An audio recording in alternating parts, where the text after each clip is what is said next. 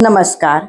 श्री शिवमहापुराण कोटी रुद्र संहिता अध्याय क्रमांक 22 शिवप्रभूंचे काशीत वास्तव्य.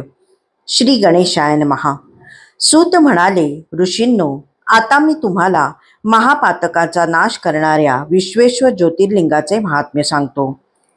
या जगात दृष्टीगोचर होणाऱ्या सर्व वस्तू सच्चिदानंद स्वरूप, निर्विकार आणि सनातन ब्रह्मरूप आहेत.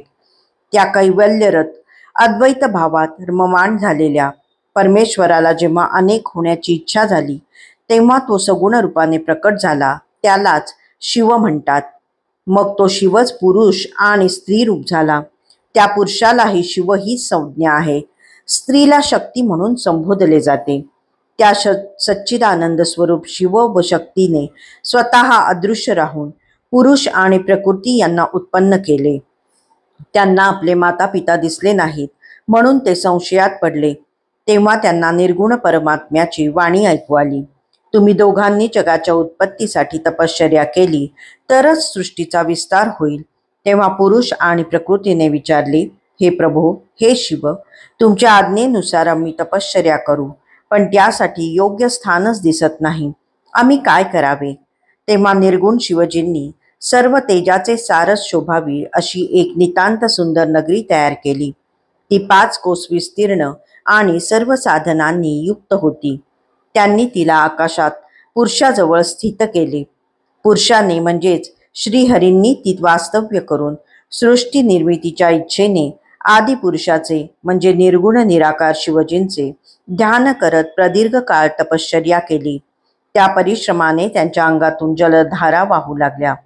त्या पाण्याने शून्य आकाश व्यापून गेले. तिथे दुसरे काहीच दिसत नव्हते. तेव्हा विष्णूंनी ही काय अद्भुत वस्तू आहे असे म्हणून आश्चर्याने मस्तक हलवले. त्यावेळी त्यांच्या कानातून एक मणी खाली पडला.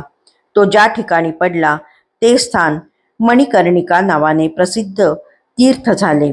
असो, शून्याकाशात भरलेल्या पाण्यामुळे निर्गुण शिवजींनी उत्पन्न केलेली ती नगरी हेलकावे खात वाहू लागली व बुडू लागले. तेव्हा शिवजींनी तिला आपल्या त्रिशूळावर धारण करून स्थिर केली.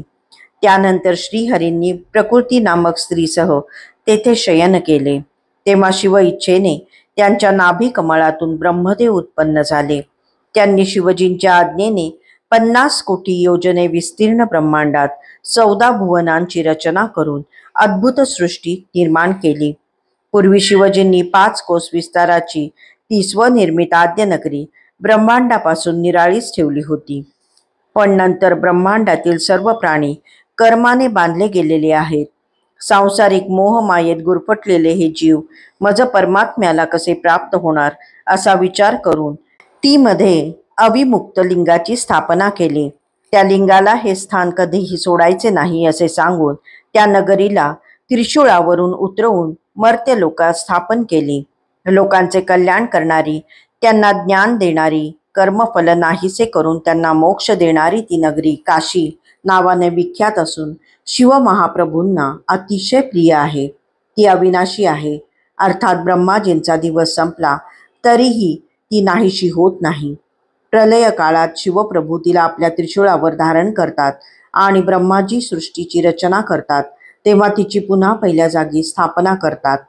ती नगरी मनुष्यांच्या कर्माचे कर्षण करते, म्हणून तिला काशी म्हणतात. तेथील अविमुक्तेश्वर लिंग महापापी माणसालाही मुक्ती देणारे आहे. मोक्षदायक अन्य क्षेत्रांमध्ये जीवमात्रांना सारूप्यादी मुक्ती मिळतात, पण काशीमध्ये सायुज्य नामक सर्वोत्तम मुक्तीच प्राप्त होते. ज्यांना कोठेही गती मिळण्याची शक्यता नाही त्यांना वाराणसीत गती मिळते. ती महापुण्यदायक पंचक्रोशी कोट्यावधी हत्यांचे पातक नाहीसे करणारी आहे. त्या नगरीत मृत्यू यावा अशी सर्वजण इच्छा करतात. ती नगरी भोग व मोक्ष या दोन्ही गोष्टी देणारी आहे.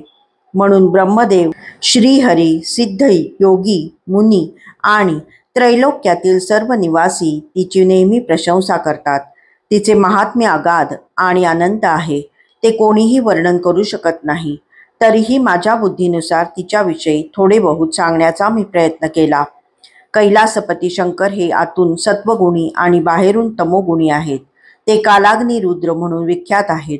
निर्गुण असूनही कार्यानिमित्त प्रकट झालेले शिवजींचे सगुण साकार रूप आहेत.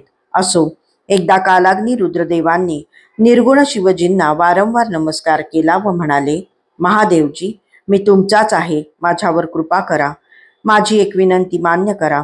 तुम्ही भक्तवत्सल आहात, दयेचे आणि करुणेचे भांडार आहात, मुक्ती देणारे आणि सर्वांच्या अभिष्ट कामना पूर्ण करणारे आहात. तुम्ही काशी नगरीला आपली राजधानी करा.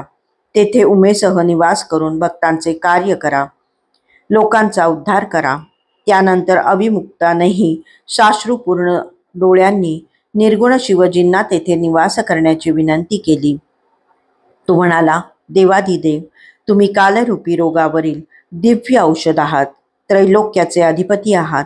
ब्रह्मा विष्णू आदी देव तुमची सेवा आराधना करतात. तुम्ही परोपकारासाठी तेथे नित्य निवास करा. अंचित्य सुखाच्या प्राप्तीसाठी तुमचे ध्यान करीत मीही येथे स्थिर बसून राहीन. हे ब्राह्मणांनो, विश्वनाथाने प्रार्थना केल्यावर सर्वेश्वर शिवजींनी जगाच्या कल्याणासाठी काशीमध्ये निवास केला. त्या दिवसापासून ती नगरी सर्वश्रेष्ठ झाली, तिची कीर्ती वाढली. अध्याय 22 समाप्त.